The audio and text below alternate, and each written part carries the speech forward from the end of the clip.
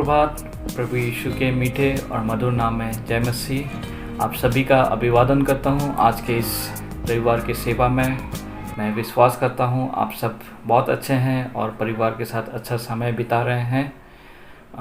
इस समय हम प्रार्थना में जाने से पहले हम एक वचन पढ़ेंगे बाइबल से।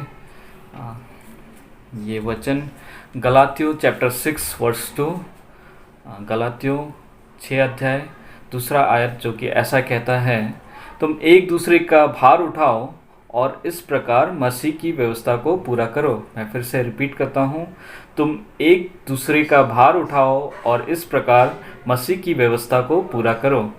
प्रियो, इस समय जैसे कि हम देख रहे हैं लॉकडाउन का समय है और बिजनेस व्यापार पूरा बंद है, और जिसके कारण हमारे बहुत से प्रवासी मजदूर, गरीब लोग जिनके पास अभी खाने पीने के लिए बहुत दिक्कत हो रहा है, अपने परिवार को बहुत कठिनाई से, मुसीबत से चला रहे हैं, है ना। और बहुत से हमारे मजदूर जो भूखमरी के कारण मर भी रहे हैं। तो प्रियो, क्योंकि वचन कहता है कि एक दूसरे का भार उठाओ, तो ये सही समय है कि हम एक दूसरे की सहायता करें और एक दूसरे का भार उठाएं। मैं आपको भी प्रोत्साहन करता हूं, अगर आपके घर के आसपास कोई भी ऐसा गरीब व्यक्ति है जिसको कि नीड्स है राशन पानी का या फिर पैसे का, तो आप जाके मदद कर सकते हैं, उनको पैसे से मदद कर सकते हैं, या फिर आप उनके घर पे कुछ भी खाने पीने की चीज़ ले जाके आप उनको मदद कर सकते हैं। मैं अपने चर्च के विशेष करके मेंबर्स को धन्यवाद देना चाहता हूँ, क्योंकि उन्होंने जो भी दान बेटी दिया उससे हमने हमारे चर्च के कुछ यूथ्स ने गरीब लोग में जाके उन्हें राशन पानी पहुँचाया। कम से कम 25 to 30 फैमिलीज़ है जिनके पास हमने इस लॉकडाउन के 2-3 फेज़ में हमने उनके पास भोजन पहुँचाया। तो परमेश्वर उनको बहुत आशीष दे। तो प्रियो, आइए इस समय हम प्रार्थना में जाएंगे। हम अपने आंखों को बंद करें और हम परमेश्वर चरणों में जाते हैं। आइए हम प्रार्थना करते हैं। धन्यवाद खुदावन पिता परमेश्वर प्रभु जी, राजाओं के राजा, प्रभु के प्रभु, हम धन्यवाद देते हैं परमेश्वर पिता प्रभु जी, ये सुंदर दिन देने के लिए प्रभु जी। धन्यवाद देते हैं प्रभु जी इस सुंदर समय के लिए प्रभु जी। धन्यवाद देते हैं परमेश्वर पिता प्रभु जी कि हम इस यूट्यूब के माध्यम के द्वारा प्रभु जी आपकी महिमा कर पा रहे हैं परमेश्वर पिता प्रभु।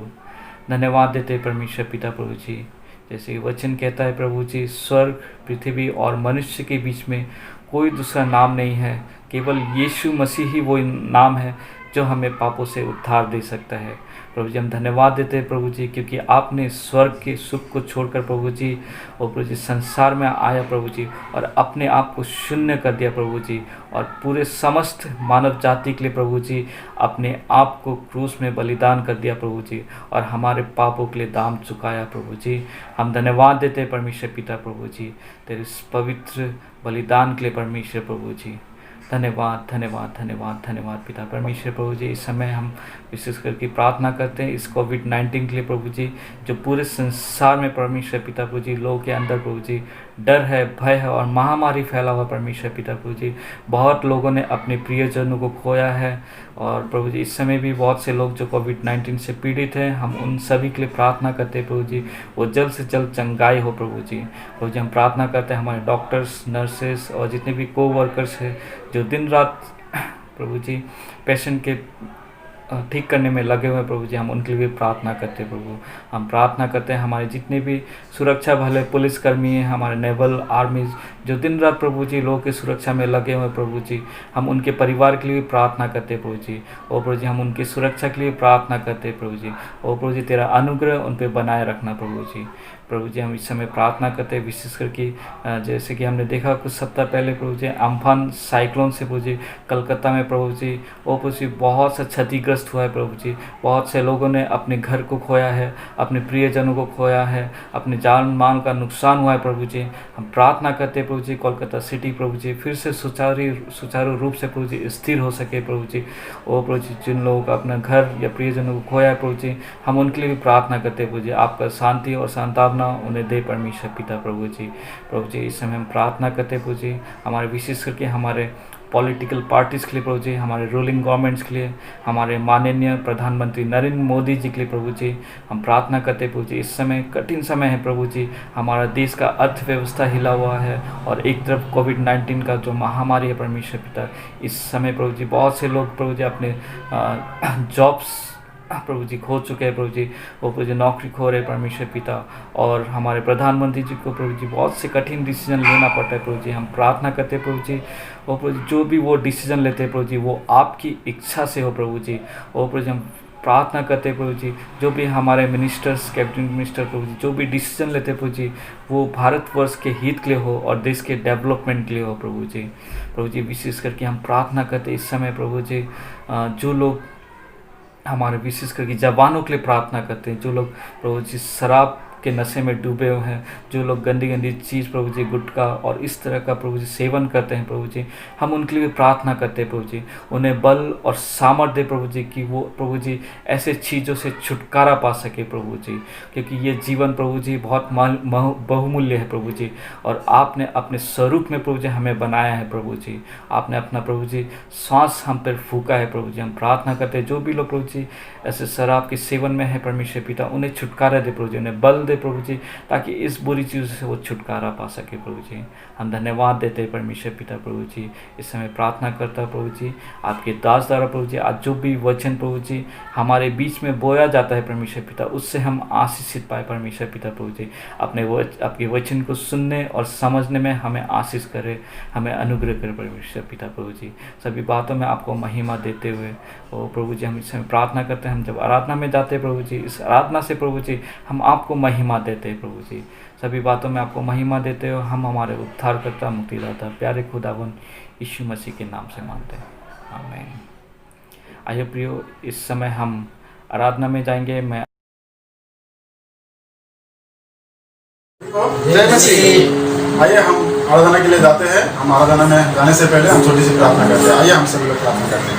Hallelujah hallelujah hallelujah. ओ जीवित परमेश्वर प्रभु, आपको हम धन्यवाद देते हैं प्रभु, आपके सुंदर अवसर के लिए आपको हम धन्यवाद देते हैं प्रभु। इस समय हम आराधना के लिए जाते हैं पिता प्रभु, आप हमें सहायता करें। पवित्र आत्मा आपकी उपस्थिति हम मांगते हैं प्रभु, हम शुद्ध हृदय लेके आपकी महिमा कर सकें। Hallelujah thank you Lord Jesus. मैं जहाँ हूँ तेरी योजना है, मैं जैसा हूँ तेरी रचना, मेरा जीवन तेरे हाथों में, तेरे हाथों में। मैं जहाँ हूँ तेरी योजना है, मैं जैसा हूँ तेरी रचना, मेरा जीवन हालेलुया तेरे हाथों में, तेरे हाथों में। तेरी मर्जी मेरे लिए है, हानि और नाश की नहीं। तू चाहे सिर्फ भलाई मेरे जीवन में सदा, मैं हूँ असल तेरे वादों पे, न कोई शख्स रोकेगा मुझे। जंजीरों को तोड़ा है तूने, तोड़ा है तूने। Yes Lord. प्रभु आपकी स्तुति करते हैं प्रभु, आपकी हम प्रशंसा करते हैं कि तूने प्रभु जो कलवरी से हमारे लिए सारे पापों और गुनाहों को प्रभु आपने हमें क्षमा किया और सारे संकट से हमें प्रभु बचा लिया। धन्यवाद प्रभु आपकी अनुग्रह। तेरी मर्जी मेरे लिए हानि और नाश की नहीं, तू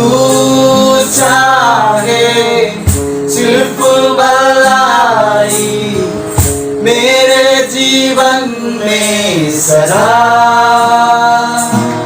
तू मेरा खुदा हालेलुया बाहों में मैं रहूं सदा तू मेरा खुदा पिता भी तू मेरा बाहों में तेरी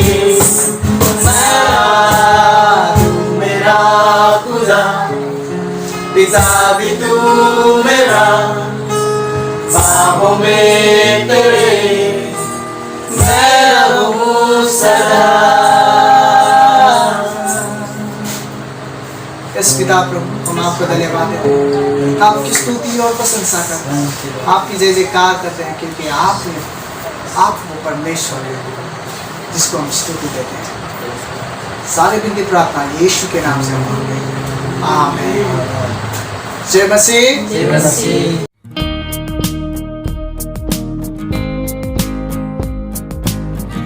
प्रभु यीशु ख्रिस्त के अति पवित्र नाम से पास्टर सिमोन, उनके परिवार और प्रभु के सेवक सेविका और इमैनुअल चर्च के सब प्रभु के संत लोगों को मेरा जय मसीह। आज पेंतिकोस्त दिन है, इसलिए मैं प्रेरित 2 अध्याय के 1 से लेकर 4 पद तक पढ़ूंगा। अगर आपके पास बाइबल है तो आप देख सकते हैं।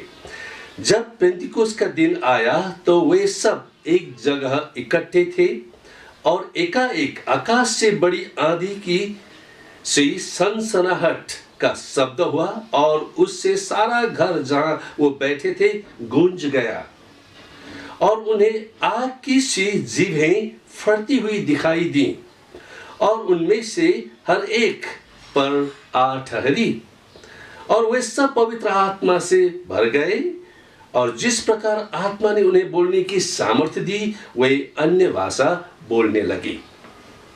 पेंतिकोस्त का दिन पवित्र आत्मा का आगमन हुआ था। मैं थोड़ा आपको पृष्ठभूमि बताऊंगा कि यहूदी लोग के 3 मुख्य पर्व यानी कि फेस्टिवल वो लोग मानते थे। एक फेस्टिवल का नाम है फीस्ट ऑफ टैबरनेकल्स अर्थात पवित्र स्थान का पर्व।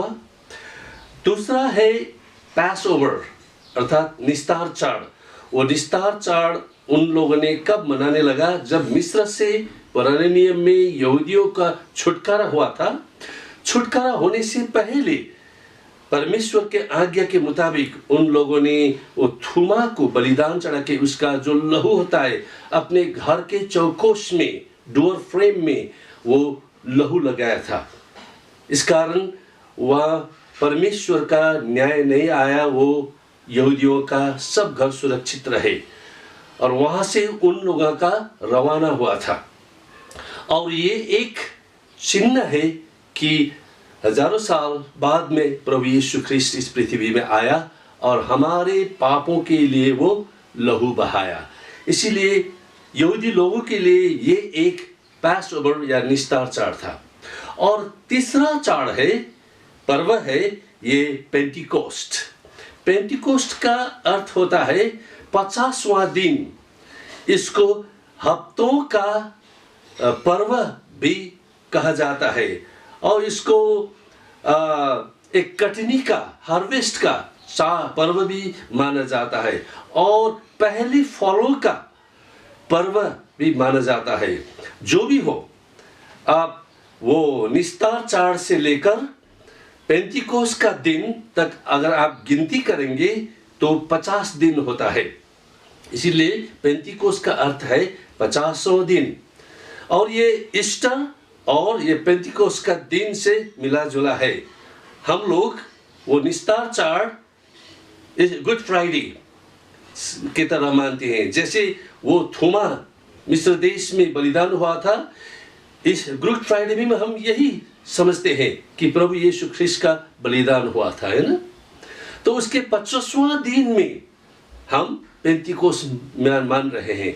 एक समय में ये यहूदी लोग मानते थे, लेकिन अब हम प्रभु यीशु मसीह के माध्यम से हम मानते हैं। प्रभु यीशु ख्रिस्त क्रूस में उनका बलिदान हुआ और 7 हफ्ता के बाद 49 दिन पूरा हो गया और 50वां दिन में पवित्र आत्मा वहां पर चेलों के बीच में आया।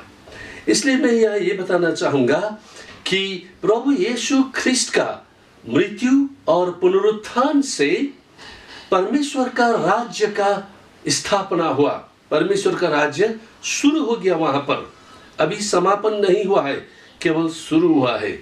इसलिए हम वहां पर क्या देखते हैं कि एक पद से हमें यही पता होता है कि पेंतिकोस्त के दिन प्रभु के चेले लोग वहां पर इकट्ठा हुए थे और वहां पर एक ऐसा बतास का आवाज आया। वो एक कमरे में जमा हुए थे और ये हम बतास तो नहीं देख सकते हैं, लेकिन उनमें ये महसूस कर सकते थे।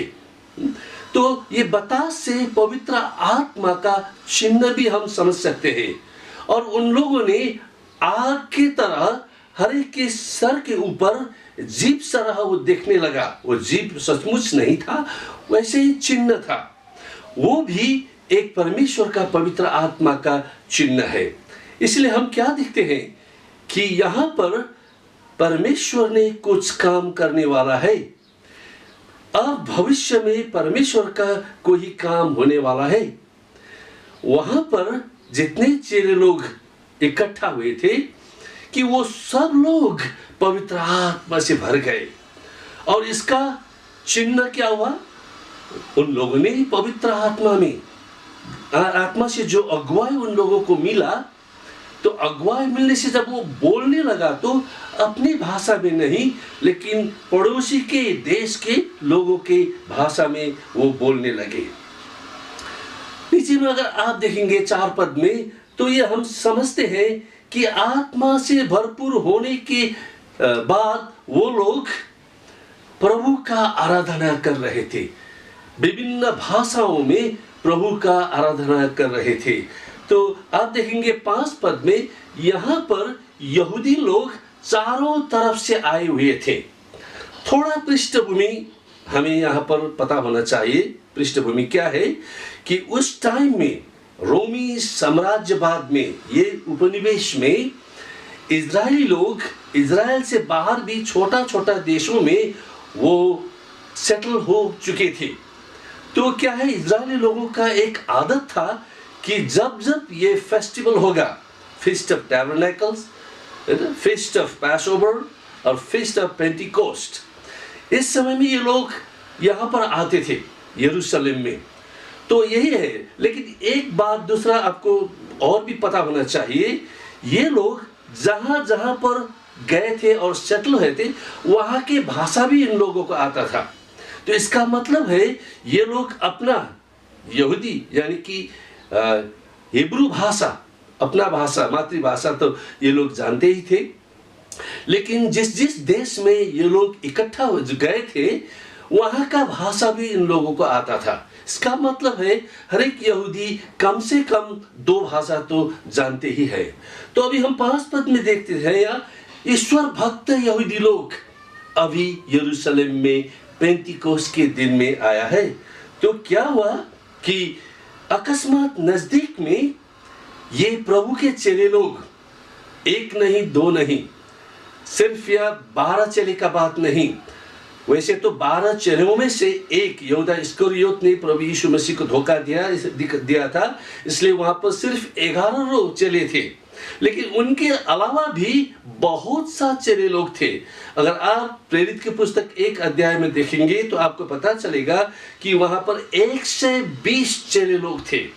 तो वो लोग इकट्ठा होकर जब प्रार्थना कर रहे थे, अकस्मात प्रभु ये का पवित्र आत्मा उन लोगों के ऊपर आया। तो आत्मा ने जैसे उच्चारण करने का अगुवाई किया, तो उन लोगों ने अपने भाषा से, दूसरा ही कभी नहीं सीखा हुआ भाषा में वो बोलने लगे। तो क्या हुआ, आप देखते हैं यहाँ पर 6 पद में, जब ये आवाज आसपास के बाहर से आया हुआ यहूदी लोगों ने ये सुना, तो वो लोग वहां पर आ गए। तो वो चकित होने लगे, ओहो, यहाँ पर तो हम जिस जिस देश से आए हुए हैं, यहाँ की भाषा में ये लोग बोल रहे हैं। तो ये लोग तो गालील के लोग हैं। यहाँ पर आप 7 पद में देखेंगे, यही कहती है, अरे ये लोग तो गालील के हैं, गालीली निवासी है, ये लोग तो बाहर नहीं गए हैं, जहां जहां पर हम गए हैं वहां का भाषा तो इन लोगों को नहीं आता है। लेकिन ये तो बहुत आश्चर्यचकित है कि ये लोग अभी हमारी भाषाओं में भी बोल रहे हैं। इससे हमें पता चलता है कि परमेश्वर यहाँ पर एक बहुत बड़ा आश्चर्य कर्म पेंतिकोस्त के दिन में कर रहे हैं। इसलिए हमें चर्च भी ऐसे समझना चाहिए। चर्च एक संस्कृति, एक भाषा, एक जाति का नहीं है। विभिन्न भाषा, विभिन्न संस्कृति, विभिन्न जाति, विभिन्न वेशभूषा के माज में हम डाइवर्सिटी बोलते हैं। जाति जातियों के बीच में प्रभु का वचन जाता है। जैसे कि आप पुराने नियम में अगर पढ़ेंगे उत्पत्ति की पुस्तक में 10 अध्याय तक उत्पत्ति में एक ही जाति था, लेकिन उन लोगों के अभिमान के कारण भाषा में गड़बड़ी आया तो भाषा बहुत वहां से उत्पन्न हुआ। तो लोग जिसका भाषा मिलता था बस उसी में उन लोग मिलके बस वहां पर विभाजन हुआ। लेकिन अभी हम पेंतिकोस्त के दिन में आते हैं, देखते हैं कि जब परमेश्वर का पवित्र आत्मा आया तो क्या हुआ, वो भाषाओं को भी उछल के परमेश्वर का पवित्र आत्मा ने उन लोगों को भाषा बोलने में भी अगुवाई किया। यानी कि परमेश्वर के राज्य में हर एक जाति के लिए स्थान है, हम ये सब जानते हैं। लेकिन अब 12 और 13 पद में अगर आप देखेंगे तो वहां पर आपको पता चलेगा कि लोग जब ये देखा तो वो ऐसे मजाक करने लगे, अरे ये लोग तो यहूदी हैं, यहाँ के गालील के लोग हैं, लेकिन ये पड़ोसी देशों की भाषा में बोल रहे हैं, क्या ये लोग मद मदिरा तो नहीं पिए हैं? तो वो लोग मजाक करने के बाद पत्रुस को थोड़ा ठोस लगा दिल में, उसने सोचा ये तो ठीक नहीं है जो ये लोग बता रहे हैं। पहले तो पत्रुस साहसी भी था लेकिन थोड़ा डरपोक भी था, लेकिन इस टाइम में पवित्र आत्मा का भरपूरी पाया हुआ ये पत्रुस है। तो उसने क्या कहा, देखो भाई लोग, आप बाहर के देशों से आए हुए हैं, हाँ आप लोग यहूदी तो हैं, और आप लोग जहाँ जिस देश में आप सेटल हो चुके हैं वहाँ का भाषा भी आते हैं, हम लोग को भाषा नहीं आता है आप लोगों का जैसा। लेकिन आपको ये पता होना चाहिए, ये मदिरापान सेवन करने के बाद ये अपना दिमाग भी घुमा के अब ये आपके भाषाओं में नहीं बोल रहे हैं, ये तो वास्तव में पवित्र आत्मा के भाषाओं में बोल रहे हैं। पवित्र आत्मा, इसीलिए हम देखते हैं 16 पद में, प्रेरित 2 अध्याय की 16 पद में हम यहाँ पर देखते हैं तो क्या कहता है पत्रुस कि योएल अगमवक्ता जिसने पुराने नियम में, आप पुराने नियम में योएल अगमवक्ता की पुस्तक जानते हैं ना, हाँ यही यहाँ पर उद्धृत किया है कि जैसे पवित्र आत्मा ने बहुत 1000 साल पहले बोला था वही आज यहाँ पर पूरा हो रहा है।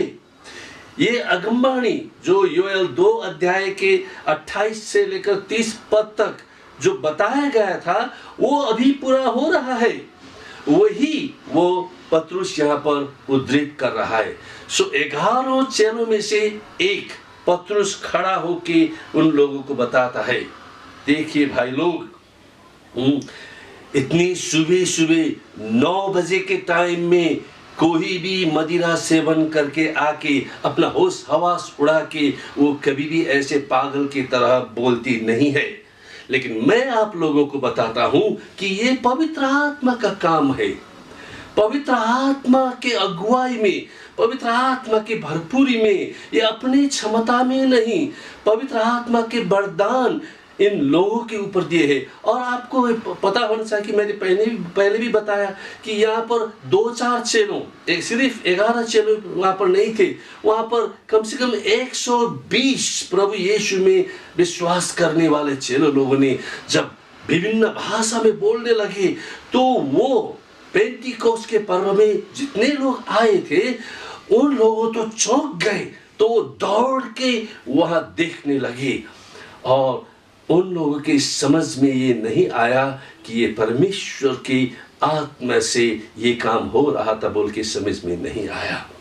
तो उनको मजाक करना मनासिब था, लेकिन पत्रुस ने इसका ठीक अर्थ बता दिया, ये मद मदिरा सेवन करने की बात नहीं। परमेश्वर का दास ने जो बोला था आज पूरा हो रहा है। आप 2 अध्याय के 18 पद में देखेंगे कि वो लोग अगमबाणी बोल रहे हैं, ये मदिरा में नहीं है। इसलिए हम यहाँ पर देखते हैं कि पेंतिकोस्त का दिन का एक बहुत बड़ा महत्व यही है कि परमेश्वर एक बड़ा काम करने वाला है। वास्तव में मैंने आगे ही बताया कि परमेश्वर का राज्य का शुरुआत कब हुआ, जब प्रभु यीशु ख्रिस्त इस पृथ्वी में आया और उन्होंने अपने जीवन काल में जो काम किया, लोगों के बीच में जो सुसमाचार प्रचार किया, आश्चर्य कर्म और चिन्ह किया, परमेश्वर ने स्वर्ग राज्य के बारे में प्रचार किया और वो हमारे पापों के लिए बलिदान हुआ और तीसरा दिन में वो मृत्यु से जी उठा। इसी को हम ईस्टर संडे बोलते हैं। और उसके बाद हम देखते हैं कि 25वां दिन में हम पेंटिकोस्ट का पर्व मनाते हुए हम देखते हैं कि प्रभु यीशु ख्रिस्ट जो अब पृथ्वी में सिर्फ यहूदी जातियों का प्रभु नहीं, लेकिन सभी जातियों का प्रभुओं का प्रभु, वो राजाओं का राजा होने वाले हैं। क्योंकि यहाँ पर आप देखते हैं कि 16 पद में योएल अगमवक्ता द्वारा वो बोल रहे हैं कि आखिरी दिन में सब जातियों के ऊपर, यानी कि एक जाति यहूदी के ऊपर नहीं। इसलिए जब आप और मैं प्रभु यीशु में हम विश्वास करते हैं तो क्या होता है कि उनका पवित्र आत्मा हमारे हृदय में प्रवेश करता है। पवित्र आत्मा प्रभु, और प्रभु कोई लोगों को, बहुत सा लोगों को पवित्र आत्मा का वरदान भी देते हैं। चाहे अन्य भाषा में आप बोलो या नहीं बोलो, तथ्य क्या है कि पवित्र आत्मा एक विश्वासी के हृदय में आके वास करते हैं। ऐसा कभी भी पहले नहीं हुआ था, लेकिन पेंतिकोस्त के दिन में जो पहले आगमबाणी बोला गया था वो आज पूरा हो रहा है। इसलिए अब परमेश्वर का राज्य का शुरुआत है, ये तो समापन नहीं हुआ है। इसलिए मैं आप लोगों को यही बताना चाहूंगा कि प्रभु यीशु ख्रिस्ट सभी जातियों का प्रभु है। प्रेरित 2 अध्याय के 21 पद में आप देखेंगे, यहाँ पर यही बताया गया है कि जो प्रभु यीशु का नाम लेता है, हाँ, उसे उद्धार मिलता है। यहाँ पर ऐसे लिखा है, और जो कोई प्रभु का नाम लेगा वही उद्धार पाएगा। तो इसीलिए क्या है, इसका महत्व क्या है? एक तो यही है कि हमें प्रभु यीशु ख्रिस्ट का संदेश में हम तो विश्वास करते हैं। मैंने भी आज से 4 दशक पहले, यानी 40 साल से भी आगे यीशु मसीह का संदेश सुना और मुझे पता चला कि वो मेरा भी मुक्तिदाता और प्रभु बन सकता है। इसलिए मैंने अपने पापों का स्वीकार किया, मैंने प्रभु यीशु को ग्रहण किया, उनके रास्ते में मैं चलने लगा। अगर किसी ने मुझे सुसमाचार नहीं सुनाया होता तो मैं कैसे प्रभु को चिन्ह पाता, मुझे पता नहीं। लेकिन किसी ने सुसमाचार सुनाया, इसलिए मैं आप लोगों को बताऊंगा कि लोगों को प्रभु यीशु मसीह को जानने के लिए एक आधार तो होना चाहिए। वो आधार क्या है कि उन लोगों को यीशु मसीह का सुसमाचार को पता होना चाहिए, उन लोगों को जानना चाहिए। और कैसे वो लोग सुसमाचार को जान पाएंगे?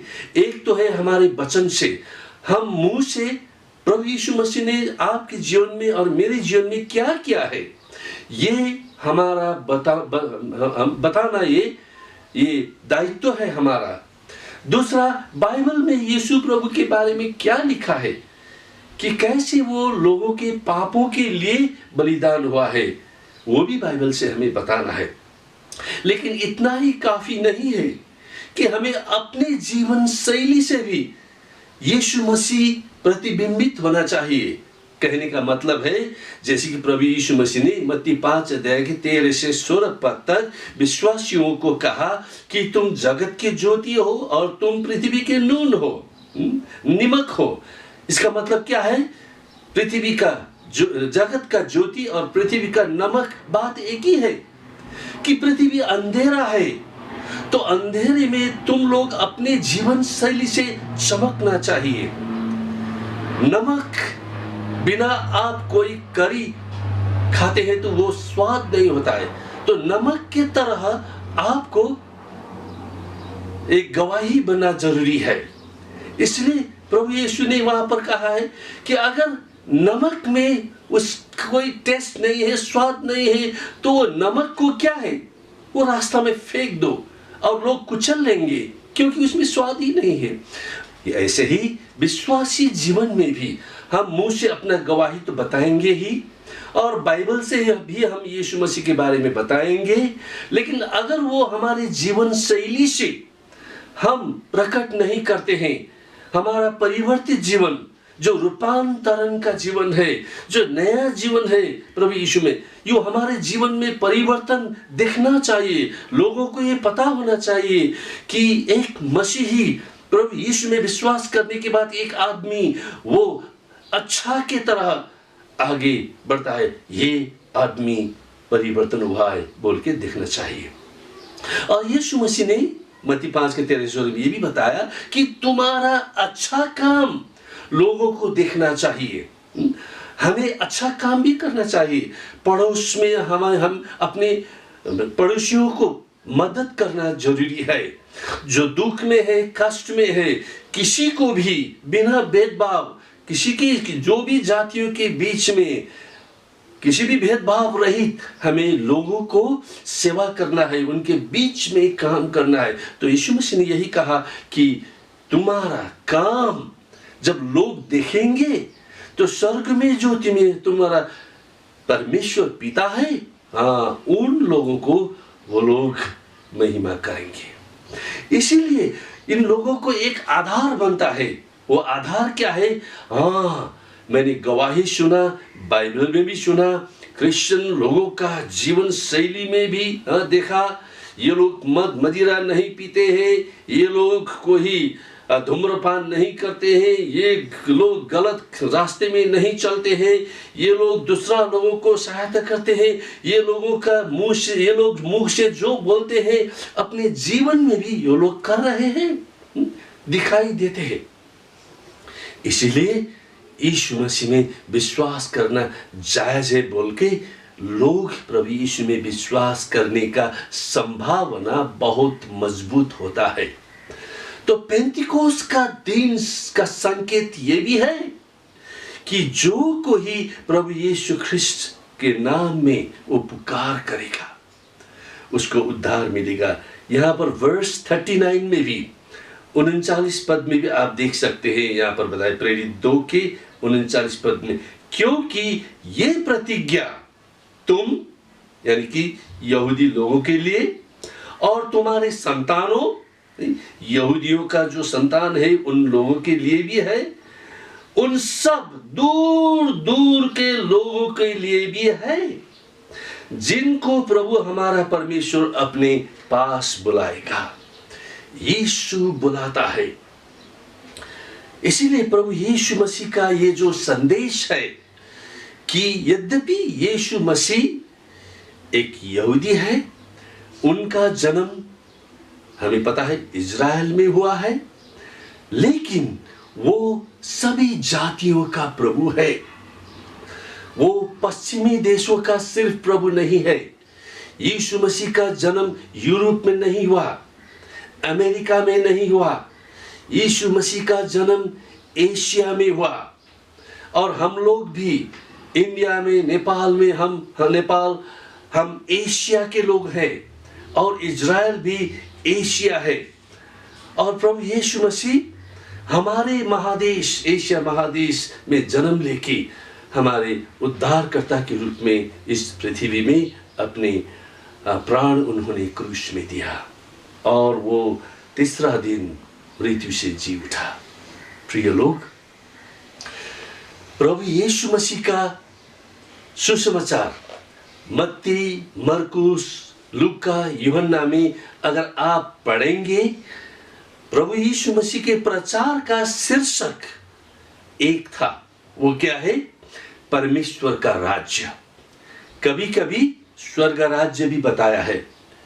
प्रभु यीशु मसीह ने यही कहा लोगों को, देखो परमेश्वर के राज्य आ चुका है। परमेश्वर का राज्य तुम्हारे नजदीक में, तुम्हारे बीच में है। तो हम परमेश्वर के राज्य कैसे दिखते हैं? परमेश्वर के राज्य का दो भाग है। एक भाग तो वर्तमान में हम परमेश्वर का राज्य देख सकते हैं, जैसे कि कैसे दिखेंगे मैंने पहले ही बताया। एक तो आप और मेरे जीवन शैली, परिवर्तित जीवन, प्रभु यीशु मसीह को ग्रहण करने के बाद जब एक आदमी का जीवन परिवर्तन होता है, जब परिवार में शांति आता है, वो परमेश्वर का राज्य है। और दूसरा परमेश्वर का राज्य भविष्य में है। एक दिन प्रभु यीशु मसीह आएगा, वो बादल की सवारी में इस पृथ्वी में आएगा। जब पहली बार वो आया, हमारे पापों के लिए बलिदान होने के लिए आया। वो मृत्यु से जी उठ के स्वर्ग के तरफ जिंदा वो चला गया। लेकिन जब दूसरा बार वो प्रभु यीशु मसीह आएगा, वो स्वर्गदूतों के साथ बादल के सवारी में उसका फिर दूसरा आगमन होगा। इसलिए हमें ये पता होना चाहिए कि वो आने से पहले हमें भी होशियारी के साथ अपने विश्वास थाम के, अपने विश्वास यीशु मसीह में जो हमने विश्वास किया है, वो विश्वास में रह के निरंतर हमें आगे बढ़ना है और ये प्रभु यीशु मसीह का सुसमाचार भी आगे ले जाने। जो प्रभु यीशु मसीह का नाम पुकारता है मुक्तिदाता और प्रभु बोल के, उसको उद्धार मिलेगा। इसलिए प्रियजन, ये पेंतिकोस्त को दिन हम यही कहते हैं कि पवित्र आत्मा का आगमन हुआ और परमेश्वर का राज्य का शुरुआत हुआ। और जब प्रभु यीशु मसीह आएंगे तो परमेश्वर का राज्य का समापन होगा। यीशु मसीह के दिन से, प्रथम आगमन से और वहां उसका दूसरा आगमन तक परमेश्वर का राज्य का पहला ये एक भाग है। और उसके बाद हम हमेशा उनके राज्य में प्रवेश करेंगे, वो दूसरा भाग है। अगर हम मृत अवस्था में हैं, वहाँ उनके आगमन ने हमारा पुनरुत्थान होगा। अगर हम जीवित ही रहेंगे, वहाँ के आगमन ने हम महिमा का शरीर हमको मिलेगा और उन्हीं के साथ बाइबल कहता है हम उनके पास जाएंगे। तो परमेश्वर के राज्य में, वास्तविक स्वर्ग राज्य में हम हमेशा के रहेंगे। ऐसे ही आप आत्मिक महत्व लेके परमेश्वर का राज्य आप प्रचार करते रहे, विश्वास करते रहिए। पेंतिकोस्त का दिन आपको पूरा महत्व दे। प्रभु आपको आशीष दे। जय मसीह। हालेलुया, प्रेज द लॉर्ड और जय मसीह। हम परमेश्वर पिता को धन्यवाद देना चाहते हैं और हमारे पास्टर बुआ को जिन्होंने हमें सुंदर वचन से आज इस पेंतिकोस्त के दिन में हम लोगों को प्रभु का वचन से तृप्त किया है। प्रभु उनको आशीष करे, उनके परिवार को आशीष करे, उनकी मिनिस्ट्री और सेवकाई को प्रभु बहुत ज़्यादा आशीष दे। हम धन्यवाद देते हैं उसके लिए। और साथ में इस कठिन अवस्था में आप एक दूसरे के लिए प्रार्थना करते रहें और साथ में आपके पड़ोसियों को हो सके तो ज़रूर मदद कीजिएगा। प्रभु आपके साथ रहे, प्रभु आपको आशीष दे। यही दुआ और प्रार्थना मांगते हैं। Praise the Lord.